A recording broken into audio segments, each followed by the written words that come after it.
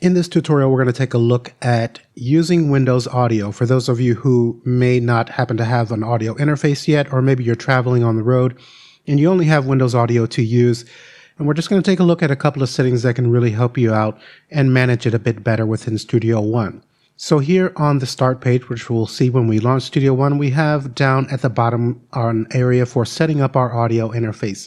And mine is currently set to Windows Audio, but if we click on this field here, we open up this dialog where we can access our audio setup. Our audio device tab is active. And then if I come here to the drop-down menu, we can see I have Windows Audio. If I click once, then we open up the drop-down menu where we can select the particular audio interface or Windows Audio like so. So I'll just go ahead and click once on this. Now here we can see our block size, which is the latency, and our sample rate. Now we also have at the bottom here, release audio device in background. This is going to be important to check if you would like to use other applications or allow those applications to use your Windows Audio while Studio One is open. So for instance, if you have YouTube open and you want to switch back and forth between the two so that you can watch tutorial videos or what have you, then you want to be sure that you check this so that Studio One will release the Windows Audio to those other applications that are open. Now, another area to be mindful of is here we have the control panel. And if we click on this, we have another dialog for the Windows Audio settings. Now, here we have our latency, which we can adjust. And this is basically going to be the delay from when we, for instance, talk into the microphone. I'm using a laptop and it has built-in microphones in the screen. So if I'm going to monitor those inputs, we'll hear a bit of delay in our headphones when we monitor, speaking into those microphones. Or if you connect a MIDI device when you press a key or a pad, you're probably going to hear a delay, particularly if you have this set up at these higher settings.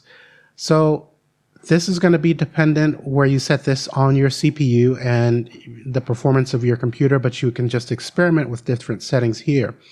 Now, by checking exclusive mode, you should be able to take your latency down a bit further.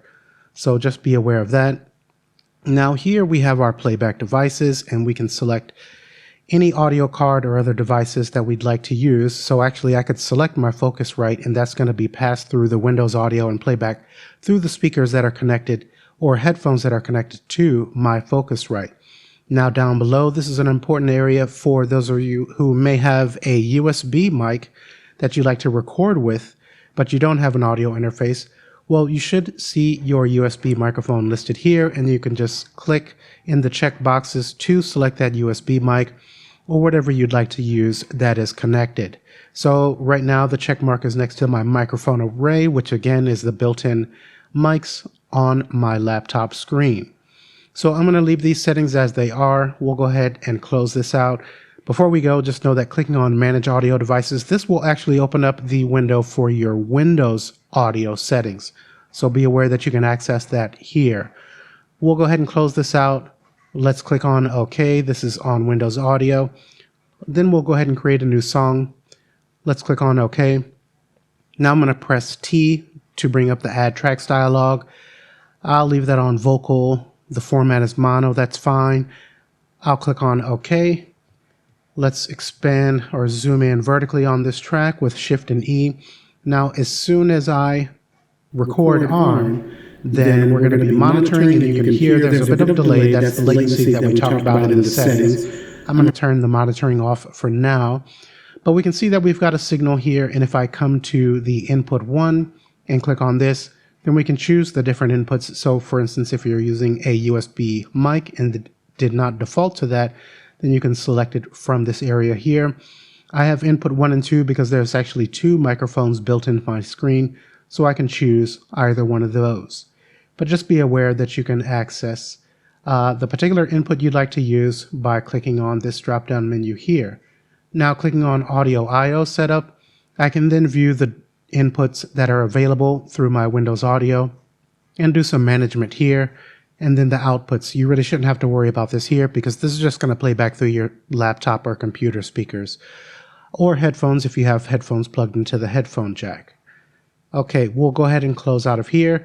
And at this point, we can just click on record And then now I'm going to be recording through the microphone or one of the microphones that's built into my laptop screen.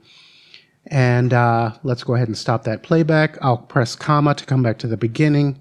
And then now I'm going to be recording through the microphone or one of the microphones that's built into my laptop screen and increase the gain for that recording as well.